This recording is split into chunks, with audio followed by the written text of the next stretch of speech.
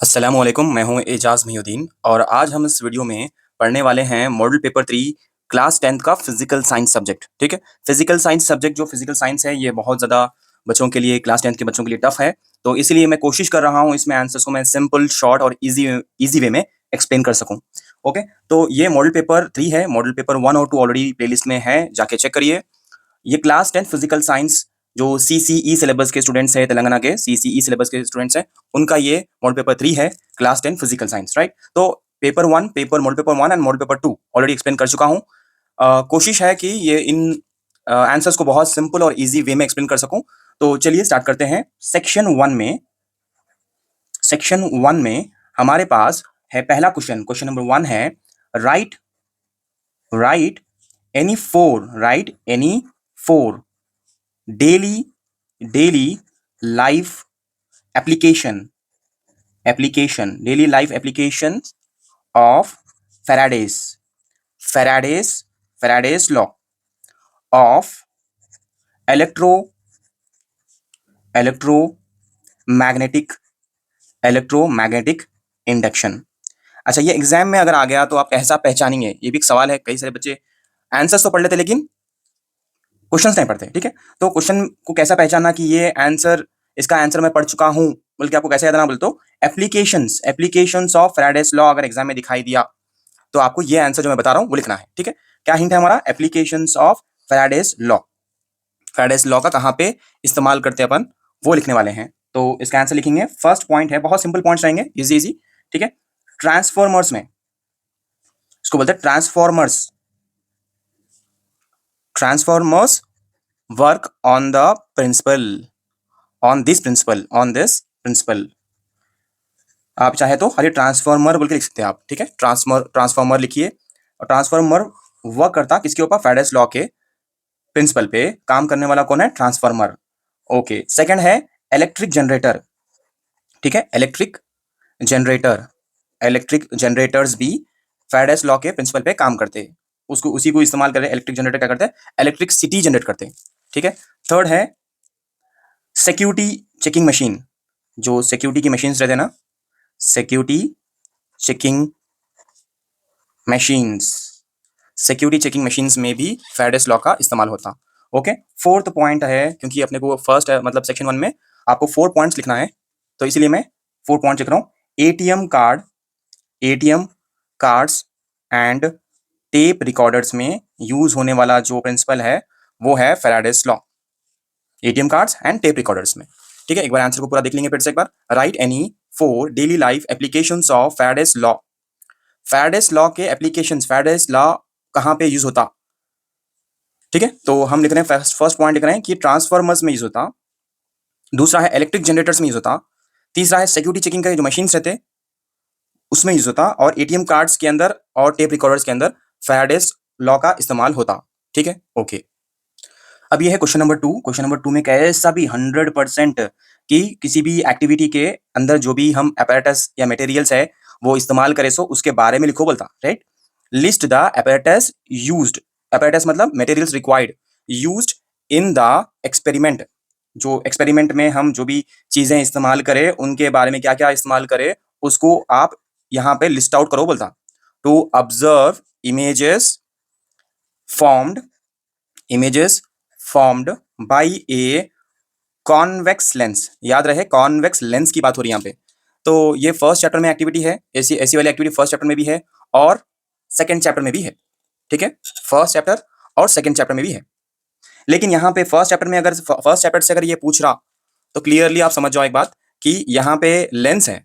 अगर first chapter से होता तो मिरर्स होता, यहाँ पे लेंस है, इसका मतलब ये फोर्थ चैप्टर से है। ठीक है, तो list the apparatus used in the experiment to observe images formed by a convex lens. तो कॉन्वेक्स लेंस यूज करके हम जो भी एक एक्सपेरिमेंट करे थे जिसमें हम ऑब्जर्व कर रहे थे इमेजेस को और वो कैसा फॉर्म कर रहे थे, तो हम उसके बारे में लिखेंगे। तो इसके एक्सपेरिमेंट में अपन क्या कर रहे थे, क्या क्या चीज़ें इस्तेमाल करे थे, क्या कर रहे थे नहीं, क्या क्या चीज़ें इस्तेमाल करे थे इस एक्टिविटी के लिए। तो फर्स्ट है कॉन्वेक्स लेंस, ऑलरेडी जो क्वेश्चन में मेंशन कर चुका है, कॉन्वेक्स लेंस बोल के क्लियरली मेंशन कर चुका है। एक मिनट, कहाँ गया मेरा? Okay, convex lens. देखो आप क्वेश्चन में भी है कॉन्वेक्स लेंस, वही सेम लिख लिया हमें। उसके बाद सेकंड कैंडल यूज करें अपन, हाउ कैंडल यूज करें। थर्ड हम यूज करें स्क्रीन, ठीक है, हम क्या यूज करें, स्क्रीन यूज करें। और और क्या यूज करें, मीटर स्केल यूज करें, राइट। फोर्थ क्या यूज करें, मीटर स्केल, ठीक है, मीटर स्केल यूज करें, मीटर स्केल, ठीक है, मीटर स्केल लिख लेंगे, मीटर स्केल यूज करें। और क्या यूज करें, एंड वी स्टैंड बोल के लिखना, ठीक है। खाली बस अगर यहाँ पे अगर कॉन्वेक्स कॉनकेव लेंस आया, कॉनकेव मिरर आया, कॉनकेव अगर मिरर आया तो बस याद रख लो आप, ये सारे के सारे जो भी मटेरियल्स है आपको लिखना है, ठीक है। ठीक है, तो ये आप लोगों को याद करने में इजी होता। कॉन्वेक्स लेंस यहाँ पे क्वेश्चन में था तो कॉन्वेक्स लेंस लिख लिया, उसके बाद कैंडल, उसके बाद स्क्रीन, और है मीटर स्केल और वी स्टैंड। ये था क्वेश्चन नंबर 2। इसके बाद पढ़ेंगे हम क्वेश्चन नंबर 3, वो भी बहुत सिंपल वे में लिखाता हूँ, देख लीजिए। क्वेश्चन नंबर 3 है, what happen if sulphuric acid H2SO4 बोलते हैं सल्फ्यूरिक एसिड को, is use instead of hydrochloric acid, उसको उसका फॉर्मूला है HCl, in the experiment acid react with metals. जो एसिड रिएक्ट विथ मेटल्स जो एक्सपेरिमेंट है, अगर उसमें हम sulphuric acid is used instead of HCl, upon sulphuric acid use करें, क्या होता पूछ रहा है पे, ठीक है। व्हाट हैपन अगर अपन सल्फ्यूरिक एसिड यूज कर लिए इंस्टेड ऑफ HCl के जगह पे, HCl के जगह पे अगर सल्फ्यूरिक एसिड यूज करें तो क्या होता। जो एक्टिविटी है वो है एसिड्स रिएक्ट विथ मेटल्स, ठीक है। तो क्या होता बोले तो फर्स्ट पॉइंट है डिफरेंट मेटल्स फॉर्म होते, डिफरेंट सॉल्ट इज फॉर्म्ड, ठीक है, different salt is formed. Second है H2SO4, H2SO4 का मतलब क्या है, सल्फ्यूरिक एसिड। क्या फॉर्म करता सल्फ्यूरिक एसिड, फॉर्म्स, ऑब्वियसली इसका नाम कैसा है वैसी सल्फेट सॉल्ट प्रोड्यूस करता है, ठीक है, सल्फेट सॉल्ट प्रोड्यूस करा। उसके बाद थर्ड पॉइंट HCl है, हाइड्रोक्लोरिक एसिड, ये क्या फॉर्म करता, फॉर्म्स, इसका नाम है क्लोराइड सॉल्ट, ठीक है। तो फोर्थ पॉइंट में अपने को लिखना है शॉर्ट एंड स्वीट में, दोनों में भी hydrogen gas is released, hydrogen gas is released in both cases, चाहे आप सल्फ्यूरिक एसिड यूज करो या हाइड्रोक्लोरिक एसिड यूज करो, दोनों केसेस में भी आप देखेंगे कि हाइड्रोजन जो है फॉर्म होती, या हाइड्रोजन गैस क्या होती, रिलीज होती, ठीक है। बोथ केसेस में क्या होता, हाइड्रोजन गैस क्या होती, रिलीज होती, चाहे आप H2SO4 यूज करो या हाइड्रोक्लोरिक एसिड यूज करो। अगर अपन H2SO4 यूज करें तो क्या फॉर्म होता, सल्फेट सॉल्ट यूज फॉर्म होते, ठीक है। HCl अगर हम यूज करें तो क्या फॉर्म होता, क्लोराइड सॉल्ट फॉर्म होते। तो दोनों भी डिफरेंट सॉल्ट्स है, वही लिखा मैं फर्स्ट पॉइंट में, different salt is formed, H2SO4 forms sulphate salt, HCl forms chloride salt. और दोनों केसेस में भी जो गैस प्रोड्यूस होती है उसका नाम है hydrogen gas is release in both cases, ठीक है। शॉर्ट एंड स्वीट में आपको आंसर याद हो सकता है, इसलिए आपको लिख लिख के पढ़ लीजिए इसको, ओके। तो ये था सेक्शन 1। अब सेक्शन 2 पढ़ेंगे, चलिए सेक्शन 2 पढ़ेंगे। सेक्शन 2 में क्या देखेंगे, सेक्शन 2 कितने मार्क्स के आंसर्स रहते हैं सेक्शन 2 में, 4 मार्क्स के, ठीक है। तो क्वेश्चन नंबर 4 में क्या बोला, एक्सप्लेन ऑफ द प्रिंसिपल को एक्सप्लेन करो विथ एन एग्जाम्पल, एग्जाम्पल्स के देते हुए, एग्जाम्पल का यूज करके ऑफ द प्रिंसिपल को समझाओ। अब ऑफ द प्रिंसिपल क्या है, दिमाग में अपने आ जाना, क्या आ जाना, ऑफ द बोले तो क्या, ऑफ द का मतलब है टू बिल्ड, कोई भी चीज को बिल्ड करना, कोई भी चीज को बनाना का नाम है ऑफ द, किसी साइंटिस्ट का नाम नहीं होता ऑफ द, ठीक है। ऑफ द का मतलब क्या है, टू बिल्ड। तो उनका एक प्रिंसिपल क्या है, ऑफ द प्रिंसिपल का मतलब क्या है, बिल्ड करना। और क्या बिल्ड करना, इस प्रिंसिपल में होता क्या, फर्स्ट पॉइंट है जो इलेक्ट्रॉन्स होते हैं ना, इलेक्ट्रॉन्स फिल होते हैं, कहां पे फिल होते हैं इलेक्ट्रॉन्स, लो एनर्जी, ये प्रिंसिपल के हिसाब से इलेक्ट्रॉन्स कहां पे फिल होना, लो एनर्जी ऑर्बिटल्स में पहले, लो एनर्जी ऑर्बिटल्स में पहले फिल होना, ठीक है, फर्स्ट पॉइंट। दूसरा है कि फिलिंग जो होती उसके लिए एक रूल फॉलो करना पड़ता अपने को, क्या फॉलो करना पड़ता, रूल, कौन सा फॉलो करना पड़ता, N+L बोल के रूल फॉलो करना पड़ता, ये है वो रूल, ठीक है, N+L का रूल फॉलो करना पड़ता। अब यहां पे अगर से N+L जो रूल फॉलो कर रहे हैं, इसमें से N मतलब प्रिंसिपल क्वांटम नंबर, L मतलब अजमतुल क्वांटम नंबर, वो आगे मैं और डिटेल में एक्सप्लेन करता हूं।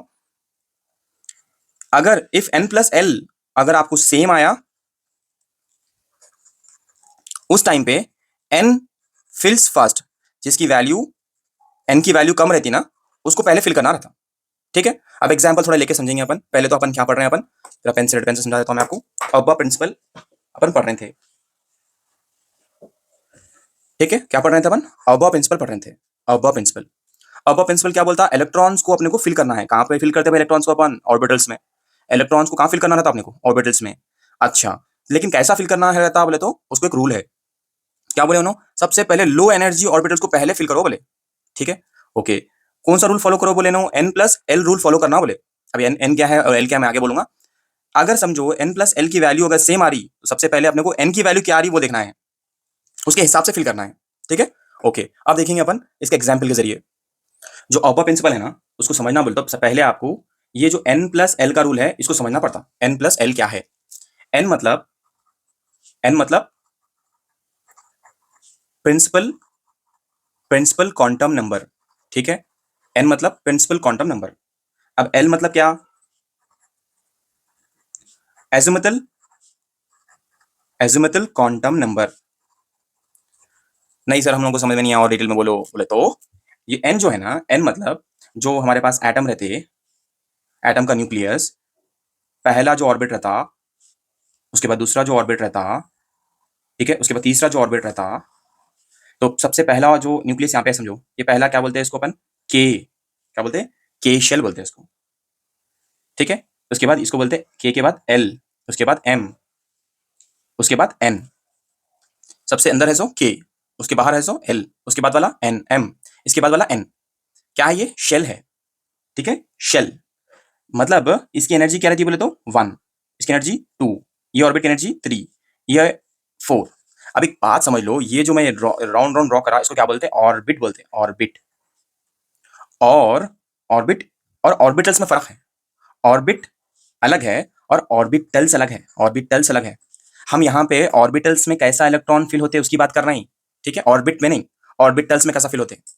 तो ऑर्बिटल्स में फिल करने के लिए अपन बोले एन प्लस एल का रूल यूज करते बोले, राइट। हाउ? तो फिर यहां तक तो अपन समझ गए कि पहले रिंग को क्या बोलते? के बोलते, उसके बाद वाले रिंग को क्या बोलते? एल बोलते, उसके बाद वाले रिंग को क्या बोलते? एम बोलते, उसके बाद वाले रिंग को क्या बोलते? एन बोलते।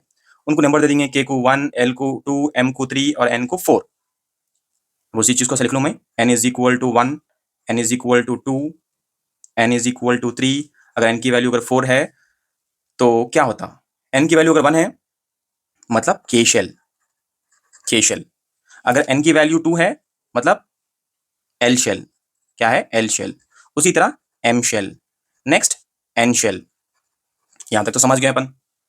अब फिर एल का यहाँ पे अपन जो फॉर्मूला यूज कर रहे थे वो है N plus L rule. N का तो अपन समझ गए, एल क्या है? हाँ, एल मतलब अपन ने लिख लिए थे अजमतुल क्वांटम नंबर, राइट।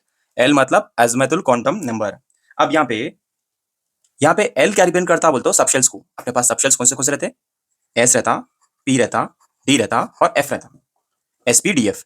एस के लिए जो एल वैल्यू रहती वो रहती 0। पी के लिए जो एल की वैल्यू रहती मतलब अजमतुल क्वांटम नंबर की वैल्यू रहती 1। उसी तरह वैल्यूज इस तरीके से धीरे धीरे धीरे धीरे वैल्यू बढ़ेंगे, लेकिन शुरू कहां से होंगी? 0 से, उसके बाद 1, उसके बाद 2, उसके बाद 3। समझ में आई? क्लियर बात?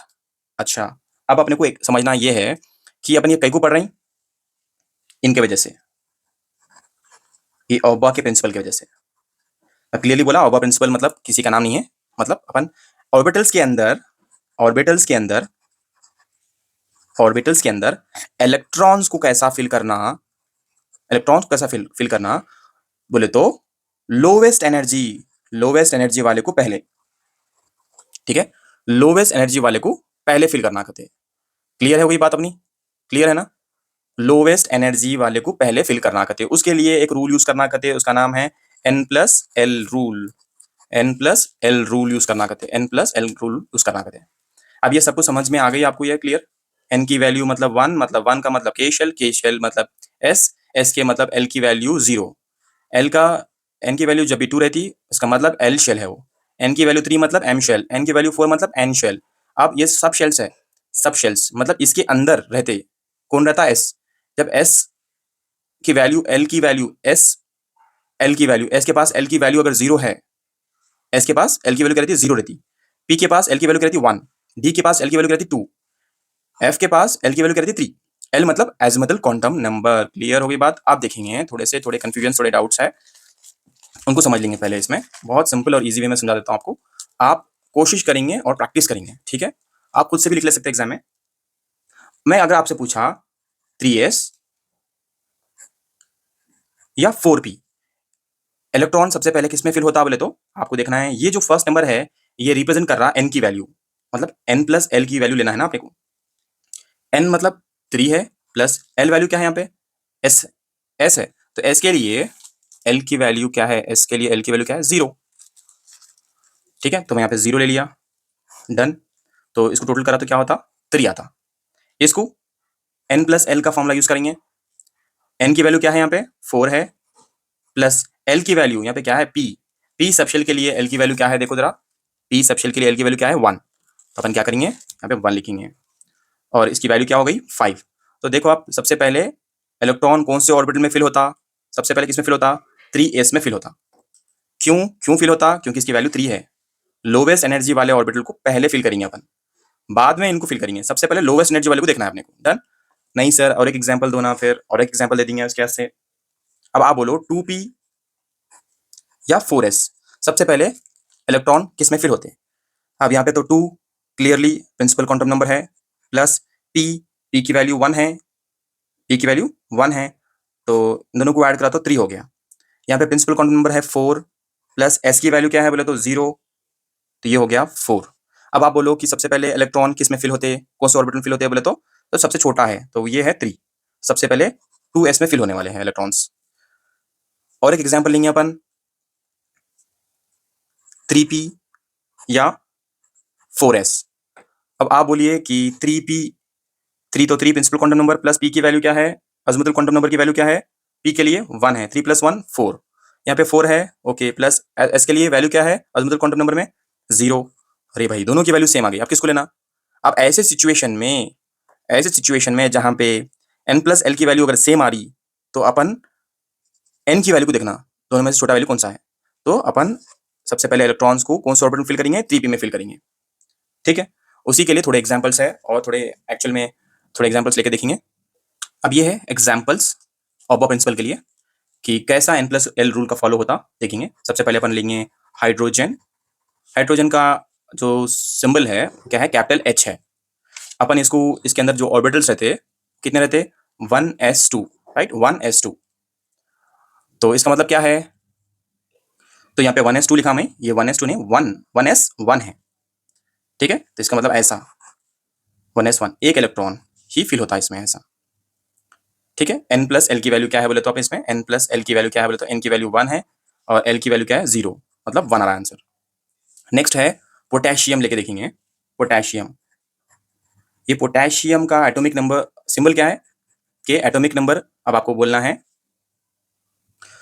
अब मैं ये जो पोटेशियम जिसको अपन सिंबल यूज करते के, इसका इलेक्ट्रॉनिक कॉन्फ़िगरेशन लिख देता हूँ मैं यहाँ पे, 1s2, उसके बाद 2s2, उसके बाद 2p6, देन 3s2, उसके बाद है 3p6, उसके बाद है 4s1। तो यहाँ पे आप देखेंगे कि 4s फिल्स before 3d, 4s फिल्स before 3d। ठीक है, ओके, 3d फिल होने से पहले 4s फिल हो गया 3d। ठीक है, यहाँ पे क्या बोल रहा हूँ मैं, समझ में आया आपको। 1s2, 2s2, 2p6, 3s2, 3p6, 4s1। Clear. अब यहाँ पे मैं क्या लिखा, 4s1 लिखा। क्लियर, इसमें सबसे पहले कौन फिल हो, यहाँ पे 4s पहले फिल हो गया, 3d से पहले 4s फिल हो गया। ठीक है, ओके, ये पोटेशियम के लिए था। अब स्कैंडियम के लिए भी लिख लेंगे। स्कैंडियम क्या सिंबल यूज करते हैं इसको, Sc, scandium. Electronic configuration 1s2, 2s2, 2p6, 3s2, 3p6, 4s2, और है 3d1। अब यहाँ पे आपको, जैसा हम यहाँ पे लिख देंगे कि 4s फिल्स बिफोर 3d, 3d से पहले 4s फिल हो गया, वैसे यहाँ पे भी 3d फिल्स, 3d फिल हो गया ना, 3d फिल्स आफ्टर, बिफोर नहीं, आफ्टर 4s। 4s के बाद कौन फिल हुआ, 3d फिल हो गया, राइट। ठीक है, ओके। तो इस तरीके से n प्लस एल का रूल यूज करके हम ऑबा प्रिंसिपल का यूज करके, n प्लस जो रूल है यूज करके हम इलेक्ट्रॉन्स को फिल करते, किसके अंदर, ऑर्बिटल्स के अंदर, किसके अंदर, ऑर्बिटल्स के अंदर। आई होप ये आप लोगों को ईजी, लेंथी होगा लेकिन बहुत ईजी वे में समझाने की कोशिश करा, एग्जाम्पल्स दिया। इतने एग्जाम्पल्स लेने की जरूरत नहीं है, बस एक एग्जाम्पल आप ले सकते हैं। आप चाहे तो पोटेशियम का भी एग्जाम्पल ले सकते हैं या हाइड्रोजन का भी एग्जाम्पल, जो छोटा है वो एग्जाम्पल ले लीजिए। ओके, नेक्स्ट ये है question number 5। Right any 4 daily uses of lenses.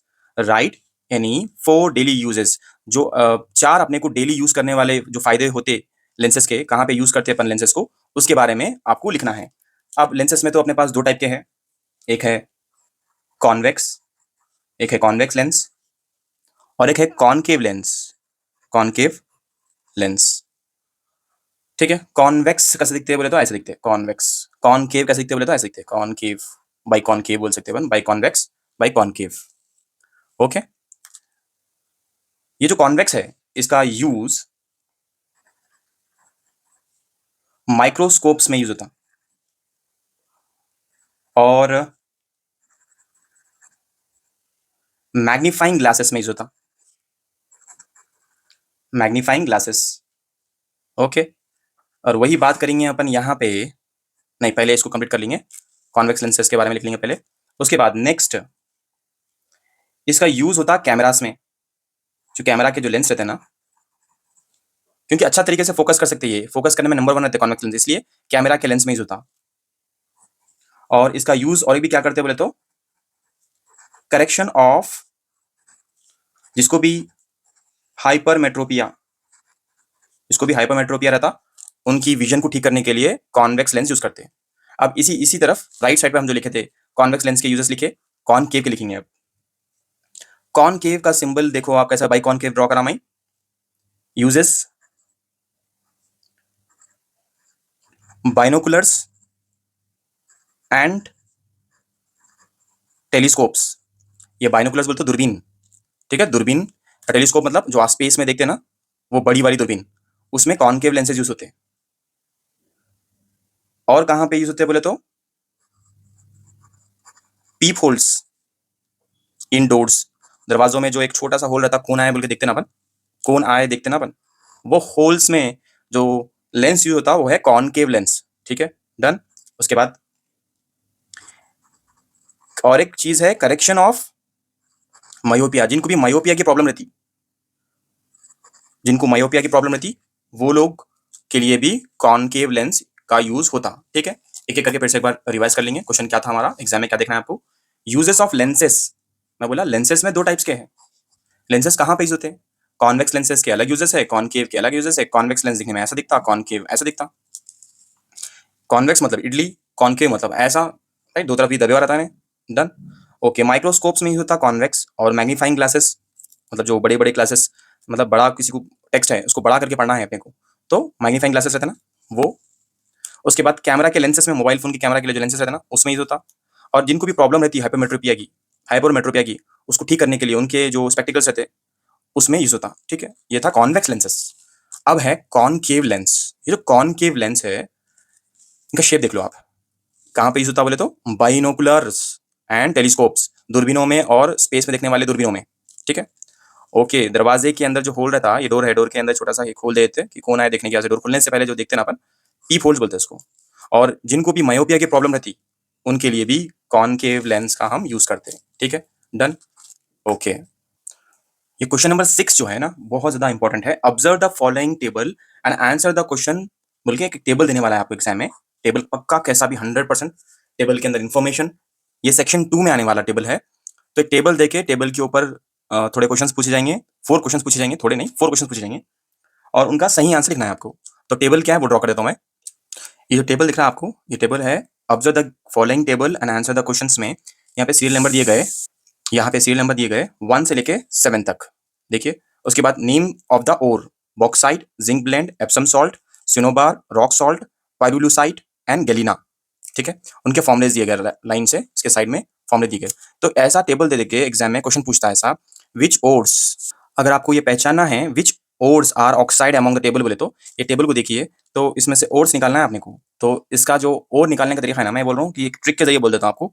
Ores निकालना है तो जिसके भी एंड में, जिस भी ओर के लास्ट में एंड में टी आ रहा, टी ई, ये देखो टी, ये दोनों के नाम में टी आ रहा, तो अपन ऐसा लिख सकते हैं विच ओर्स आर ऑक्साइड्स बोले तो अपन यहाँ पे लिख देंगे आंसर में। एक तो है एक तो है बॉक्साइट, बॉक्साइट, और दूसरा है पायरोलोसाइट। इनके फॉर्मूलेस भी लिख लेंगे। Al2O3, Al2O3 इंटू 2H2O, और इसका फॉर्मूला है Mn, क्या है वो, MnO2। ठीक है, ये फॉर्मूलेस उसके फॉर्मूले में लिख दिया मैं। सेकंड क्वेश्चन क्या है देखेंगे अपन। सेकंड क्वेश्चन है how many sulphate ores are there in the given table, what are they. ये सल्फेट ओर्स को पहचानने का ट्रिक, सल्फेट ओर को पहचानने का ट्रिक है।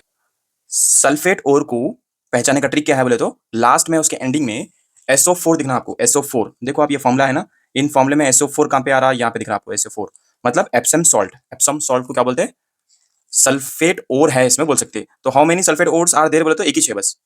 व्हाट आर दे बोले तो नाम लिख देंगे उसका, क्या नाम है, आंसर क्या है उसका, Epsom salt. Epsom, Epsom salt एक ही है, और उसका फॉर्मूला MgSO4 7H2O। ठीक है, तो मैं यहाँ पे हिंट यहाँ पे है SO4 अगर दिखाई दिया तो मैं एप्सम सॉल्ट लिख लेता हूँ। वैसे तो और भी है, जिप्सम भी एक सल्फेट और है, और बेराइट है, तो हमें वो सब नहीं लिख रहा हूँ क्योंकि यहाँ पे आंसर क्वेश्चन के हिसाब से मैं लिख दिया। ठीक है, और 2 क्वेश्चंस है। अब यहाँ पे क्वेश्चन नंबर 3 देखिए, which ores are concentrated by froth flotation method in the given table. तो टेबल अपने पास था, उसके अंदर उसके हिसाब से फ्रॉथ अपने को ये तो मालूम है, फ्रॉथ फ्लोटेशन के अंदर अपन किसको अलग करते, क्या अलग करते अपन, सल्फेट ओर, राइट, सल्फाइड ओर अलग करते बोल तो सल्फाइड, सल्फाइड ओर को SUL, सल्फाइड ओर को अपन अलग करते, ये तो अपने को मालूम है। लेकिन टेबल में सल्फाइड ओर बोल के नहीं दिया, तो जिसके भी टेबल में जो फॉर्मूला दिया, फॉर्मूले के अंदर जो S अगर कहीं भी आ रहा बोले तो उनके नेम्स लिख देना अपन। जैसे कि जिंक ब्लेंड है, उसके फॉर्मूले में ZnS आ रहा, तो लास्ट में S आ रहा ना, तो सल्फाइड ओर है। ओके ओके, उसके बाद सिनाबार, इसमें भी Hg लास्ट में S आ रहा, लास्ट में क्या आ रहा, S। ओके, नेक्स्ट है गैलिना, गैलिना लास्ट में क्या रहा, PbS, लास्ट में S आ रहा, तो खत्म। तो ये जिसमें भी यहाँ पे क्लियरली नहीं दिया, फ्रॉथ फ्लोटेशन में तो अपन क्या अलग करते हैं, क्या सेपरेट करते हैं, ये मेथड यूज करते हैं, क्यों बोले तो आपको मालूम है, ये फ्रॉथ फ्लोटेशन का मेथड यूज करके अपन सल्फाइड और को अलग करते हैं, क्योंकि ये लाइट वेट रहते। ठीक है, और यहाँ पे तो टेबल में कुछ भी नेम्स नहीं दिया, लेकिन ये नेम्स में आपको जहां पर भी फॉर्मूले के अंदर लास्ट में S दिखाई देता, उन सबको आपको लिख देना है। ठीक है, ओके। क्वेश्चन नंबर 4 देखेंगे, bit number 4, which ores are extracted by electrolysis method in the given table. Table में दिए गए जितने भी ओर्स है उसमें से अपन इलेक्ट्रोलाइसिस मेथड का इस्तेमाल करके, इलेक्ट्रोलाइसिस मेथड का इस्तेमाल करके हम एक्सट्रैक्ट करते ओर्स को, तो वो नेम्स लिखना है आपने को। वो कौन से है, एक है रॉक सॉल्ट, क्या नाम है, रॉक सॉल्ट, उसका फॉर्मूला क्या है, NaCl, रॉक सॉल्ट बोले तो NaCl। तो अपन ऐसे लिख सकते हैं अपन कि सोडियम मतलब नमक इज obtained बाई